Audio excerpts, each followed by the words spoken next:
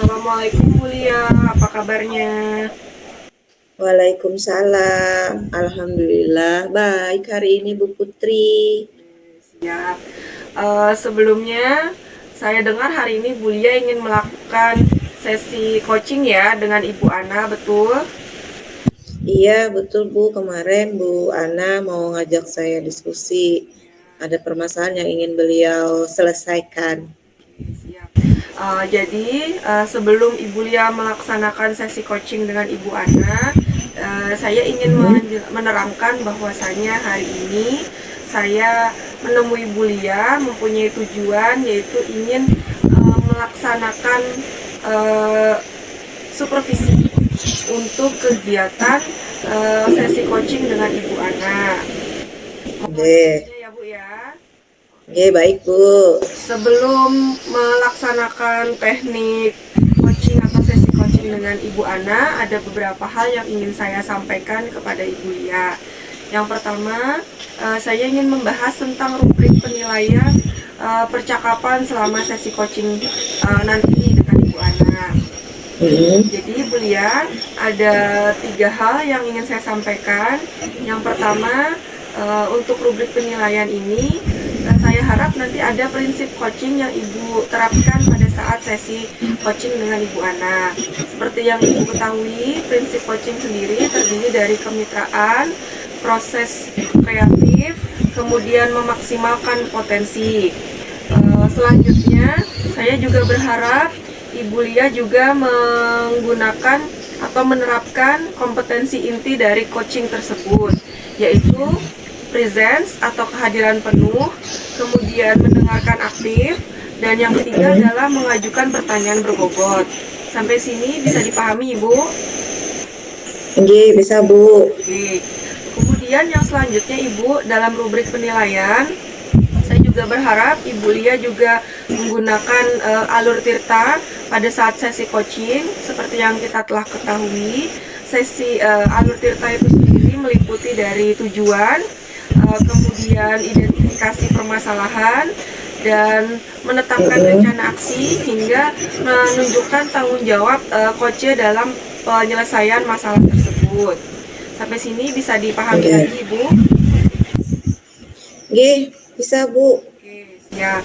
Selanjutnya Ibu, sebelum memulai sesi coaching dengan Ibu Ana, saya ingin menanyakan kompetensi coaching yang kira-kira nanti akan Ibu Lia kembangkan itu, boleh dijelaskan Ibu? Baik Ibu, kompetensi inti coaching yang ingin saya kembangkan sebagai coach itu adalah mendengarkan secara aktif, kemudian menggunakan pertanyaan berbobot untuk menggali informasi dari coach. Untuk pengajuan pertanyaan berbobot sendiri, apa ada teknik yang akan Ibu Lia gunakan? Mungkin teknik rasa Bu yang nanti saya akan gunakan. Oke, siap. Terima kasih Ibu Lia. Ada 2 ya Bu untuk kompetensi coaching yang akan dikembangkan. Yang pertama mendengarkan aktif, betul? Iya Bu, mendengarkan secara aktif. Mengajukan pertanyaan berbobot. Iya. Oke. Boleh secara spesifik Ibu dari kompetensi yang ingin diajukan itu kira-kira yang mana ingin lebih dikembangkan lagi? Yang ingin saya kembangkan adalah kompetensi mendengarkan secara aktif, Bu. Karena dengan mendengarkan secara aktif ini, saya berharap nanti coach bisa menemukan solusi dari permasalahannya. Saya bisa melaksanakan dengan alur tirta, sehingga saya bisa nanti menghasilkan pertanyaan berbobot untuk menggali ide-ide dari coach sebagai solusi dari permasalahannya. Ya, jadi untuk kompetensi coaching yang ingin dikembangkan adalah mendengarkan aktif ya Bu ya. Ya, itu yang paling utama dulu. Siap. Kemudian Ibu sebelum memulai sesi coaching ada pertanyaan terakhir yang ingin saya tanyakan. Untuk indikator ketercapaian dari tujuan pengembangannya kira-kira bisa dijelaskan Ibu? Indikator ketercapaian dari kegiatan coaching hari ini apabila coach nanti bisa menemukan solusi sendiri terhadap permasalahannya untuk permasalahan yang dia hadapi. Ada lagi Bu untuk indikator ketercapaian dari tujuan pengembangan, mungkin untuk alur tirtanya, apakah ada indikator yang ingin lebih dikembangkan lagi? Saya berharap dengan alur tirta yang secara runut, saya bisa menggali ide-ide dari Kuaca untuk menemukan solusi permasalahannya. Dan nanti dapat melaksanakan secara komitmen apa yang akan dia lakukan. Ya, baik. Kalau begitu, saya telah melaksanakan atau memberikan beberapa pertanyaan sebelum Ibu Lia melakukan sesi coaching dengan Ibu Ana. Untuk selanjutnya, saya mohon izin Ibu, selama proses coaching, saya akan mencatat dan mengamati apakah beberapa prinsip coaching dan kompetensi yang telah Ibu sampaikan sebelumnya sudah diterapkan selama sesi coaching atau tidak.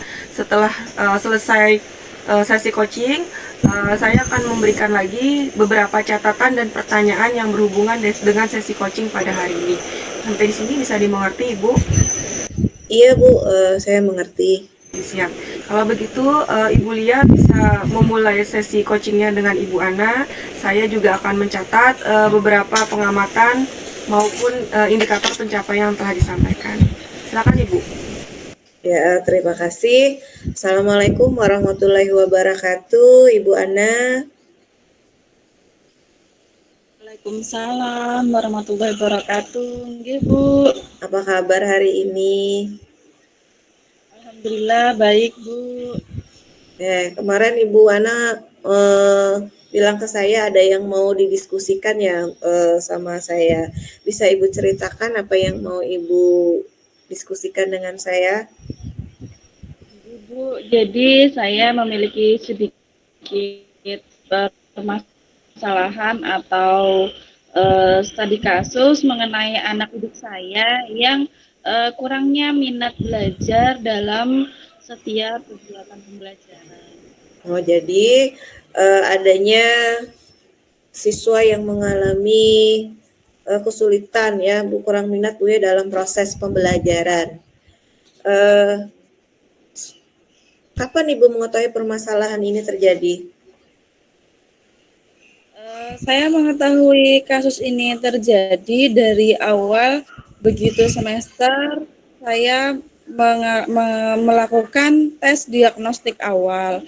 Setelah itu saya mengetahui dari beberapa layanan bimbingan klasikal dan juga pendapat dari setiap rekan-rekannya atau teman-temannya dalam kelompok belajarnya, serta juga laporan dari setiap guru bidang dan wali kelasnya mengenai minatnya belajar dalam setiap bidang maupun keminderan dalam bermain dengan teman sebayanya. Oh, jadi itu permasalahannya Bu ya. Nah, dari permasalahan Ibu tadi anak yang mengalami masalah seperti itu, apa hasil evaluasi Ibu terhadap anak itu? Oke, setelah saya mengetahui anak didik saya memiliki sedikit keminderan, lalu saya pertama melakukan layanan tes awal dengan mendekatkan diri pribadi antara saya dengan anak tersebut. Setelah saya melakukan pendekatan dengan anak tersebut, saya mencoba mengkomunikasikan dengan teman-teman sebaya lainnya. Apakah komunikasi dengan saya dengan saya saja yang tidak lancar atau dengan teman-temannya juga?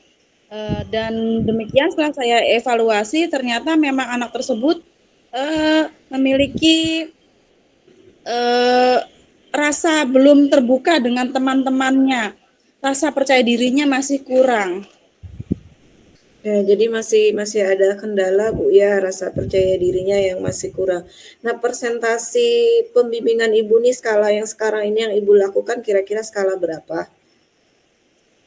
Kalau melihat dari awal, menurut saya ini belum sampai dari skala 5, karena kalau dibandingkan dari cara bertemannya, sedangkan sebagai makhluk sosial itu kan perlunya berbaur, perlunya berkomunikasi di setiap kegiatan maupun berkolaborasi di setiap tugas. Si anak ini memiliki atau saya hanya mendapatkan layanan di awal nih hanya 3. Oh ya, jadi target Ibu skala berapa nih yang akan Ibu capai dalam pelayanan terhadap siswa tadi?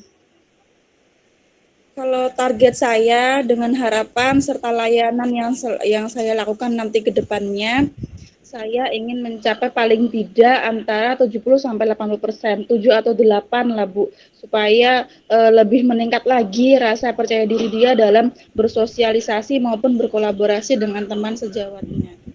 Oke, baik. Jadi ada upaya untuk meningkatkan, Bu ya. Nah, untuk meningkatkan tadi, apa nih strategi yang Ibu Ana akan lakukan untuk mewujudkan agar siswa Ibu Ana tadi menjadi aktif tadi? Bu, strategi saya yang pertama yaitu melakukan pendekatan sebelum saya melakukan layanan-layanan selanjutnya. Pendekatan yang pertama yaitu sama dia dulu, sama si anak dulu. Setelah itu yang kedua pendekatan dengan orang tuanya. Kenapa perlu pendekatan dengan orang tuanya? Karena kita perlu mengetahui latar belakang anak tersebut dari keluarga serta komunikasi anak tersebut di keluarga. Setelah saya melakukan pendekatan, lalu yang kedua saya akan melakukan layanan, yaitu layanan individu. Setelah mengetahui dari beberapa sumber, saya akan melakukan layanan individu bersama anak tersebut. Dan itu akan saya lakukan secara bertahap, belum terjadwal, karena mengingat dia masih kurang terbuka atau masih minder, jadi perlu saya pendekatan di awal dengan saya yang memancing terlebih dahulu.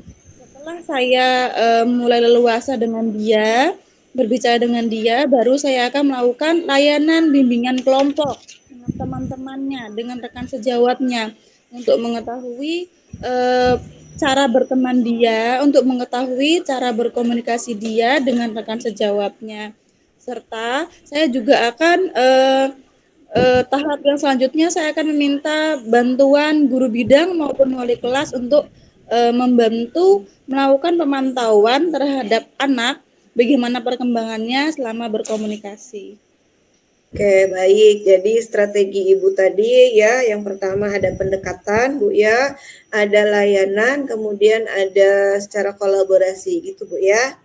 Nah, dalam pelaksanaan kegiatan strategi yang akan Ibu laksanakan, kira-kira ada nggak hambatan yang akan terjadi? Kalau untuk hambatan pasti ada Bu, karena pertama anak tersebut itu minder, masih kurang percaya diri. Jadi gimana caranya saya meningkatkan rasa percaya dirinya dulu. Saya harus bisa memancing percakapan lebih awal dulu.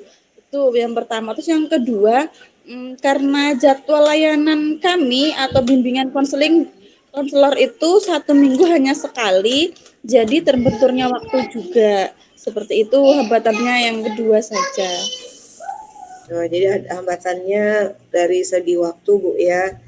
Nah, setelah kita ngobrol nih dari tadi tujuannya, kemudian kita mengidentifikasi, ada rencana atau strategi yang akan Ibu laksanakan.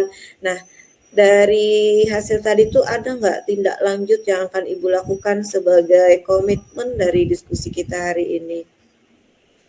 Jadi untuk tindak lanjut yang saya lakukan, yang pertama pastinya saya akan terus mengevaluasi bagaimana perkembangannya, dan saya terus akan melakukan tindakan atau tahapan-tahapan yang tadi sudah saya rencanakan. Untuk selanjutnya lagi akan saya pantau bagaimana bimbingan tersebut secara bertahap dan terjadwal. Oke, jadi yang akan dilaksanakan sebagai tindak lanjutnya adalah melakukan evaluasi, Bu ya, tahapan kemudian pantauan. Nah, dari kegiatan yang tindak lanjut Ibu ini ada nggak kira-kira perlu bantuan dari pihak lain untuk membantu Ibu? Kalau bantuan pasti Bu, karena dalam ruang konselor kita memiliki alur tersendiri. Yang pertama, pantauan atau bantuan yang pertama saya perlukan dari rekan sejawatnya, yang kedua dari wali kelasnya atau guru bidangnya, yang ketiga yaitu bantuan orang tua atau wakasek, yang keempat baru saya minta bantuan dengan kepala sekolah. Itu adalah alur menurut konselor atau BK di setiap tahapan-tahapannya. Dan sebenarnya untuk orang tua enggak harus melalui atau setelah ke guru bidang. Habis dari awal ke rekan sejawat, ke orang tua pun bisa langsung. Tergantung dari sikon orang tua siap atau tidaknya untuk berbagi bagaimana keluhan atau tambahan motivasi dari orang tuanya waktunya untuk menyiapkan luangnya. Oke, itu ya luar biasa Bu, dari yang Ibu diskusikan hari ini bersama saya sangat menginspirasi sekali bahwa Ibu Ana sudah mengidentifikasi masalah yang terjadi, kemudian kita juga menemukan solusinya yang diterapkan, terus ada nanti kerjasama atau kolaborasi sebagai tindak lanjutnya Bu ya. Nah, mungkin suatu saat nanti kalau saya memiliki permasalahan yang sama, saya bisa menggunakan cara yang Ibu Ana lakukan Bu ya. Bu. Ibu Ana, semoga sukses ya rencana yang Ibu laksanakan ke depannya. Nah, sebelum kita akhiri nih, bagaimana perasaan Ibu saat kita berdiskusi tentang permasalahan yang Ibu Ana ajukan hari ini? Yang pertama pastinya saya ingin mengucapkan terima kasih banget karena Ibu sudah meluangkan waktu bersedia mendengarkan keluhan saya nih. Yang pertama galau-galau, terus yang kedua dari kegiatan kita ini, jadi saya mengetahui atau memiliki sedikit gambaran-gambaran tambahan tahapan-tahapan apa lagi selanjutnya ini yang mau saya lakukan atau sudah benarkah atau belum langkah saya selanjutnya gitu kan. Ternyata setelah ini ada masukan dari Pian atau bahkan paling enggak dukungan lah buat saya dulu gitu kan Bu. Senang lah intinya kita bisa berbagi seperti ini. Iya Bu, baik. Ada lagi yang akan Ibu diskusikan terkait dengan permasalahan hari ini? Oke Bu, terima kasih untuk kegiatan selanjutnya atau dokumentasi selanjutnya akan saya informasikan ke Pian bagaimana perkembangan anak selanjutnya. Ya, nanti kita hasil dokumentasi Ibu kita refleksikan sama-sama, dan kalau kemungkinannya bisa kita lakukan di berbagi praktik di komunitas belajar Bu ya. Oke Bu. Oke, jika tidak ada yang kita diskusikan lagi, kita cukupkan diskusi hari ini. Semoga rencana yang Ibu Ana laksanakan itu berjalan dengan lancar, siswanya akan termotivasi lagi kembali untuk belajar. Dan nanti kalau Ibu Ana mau mendiskusikan lagi, saya siap dengan senang hati menemani Ibu Ana berdiskusi. Terima kasih Bu. Assalamualaikum warahmatullahi wabarakatuh. Waalaikumsalam warahmatullahi wabarakatuh. Iya, baik. Assalamualaikum Ibu Lia. Waalaikumsalam Ibu Putri. Alhamdulillah sudah selesai sesi coaching dengan Ibu Ana. Alhamdulillah sudah Ibu. Oke, siap. Bagaimana tadi perasaannya Ibu setelah melakukan sesi coaching dengan Ibu Ana? Alhamdulillah saya senang, selain berbagi dari permasalahan Bu Ana, saya juga bisa mengambil nih pengalaman dari Bu Ana. Siapa tahu nanti saya punya permasalahan, itu bisa saya gunakan untuk menyelesaikan permasalahan yang terjadi mungkin di kelas saya. Begitu. Siap, baik. Karena tadi sudah di awal kita melaksanakan prasupervisi ya Bu ya, percakapan prasupervisi, kemudian Ibu Lia sudah melaksanakan sesi coaching, dan sekarang kita tiba di sesi pasca supervisi, di mana ada beberapa hal yang akan kita evaluasi dan dijadikan bahan refleksi untuk sesi coaching yang telah dilaksanakan. Mohon izin Ibu, ada beberapa hal yang ingin saya sampaikan dan tanyakan mengenai sesi coaching yang telah dilaksanakan. Mungkin yang pertama kita bisa mulai dengan Boleh Ibu Lia sampaikan kepada saya tentang hal-hal yang sudah dilakukan dan indikator ketercapaian dari sesi coaching tersebut, apakah sudah berjalan sesuai dengan rencana yang dijabarkan di pra supervisi atau masih akan ada yang ingin ditambahkan? Silakan Ibu. Ya, terima kasih. Selama kegiatan coaching tadi dengan Ibu Ana, ada dua hal yang menjadi indikator pencapaian pengembangan diri saya dari awal tadi ya. Yang pertama adalah prinsip coaching. Saya rasa saya sudah mampu menerapkan prinsip coaching, yaitu kemitraannya, kemudian proses kreatif dan memaksimalkan potensi dari si coacher. Saya juga sudah menerapkan kompetensi inti selama coaching, yaitu saya berusaha tadi mendengarkan dari coach dari Ibu Ana, kemudian juga dari hasil mendengarkan aktif itu saya mengambil kata kuncinya, kemudian saya berusaha mengajukan pertanyaan berbobot. Baik, jadi setelah saya mengamati juga, Ibu Lia ternyata sudah melakukan prinsip coaching dan kompetensi inti ya Bu ya. Oke, siap. Baik, untuk selanjutnya ada beberapa catatan Ibu yang saya catat selama proses sesi coaching yang Ibu Lia laksanakan.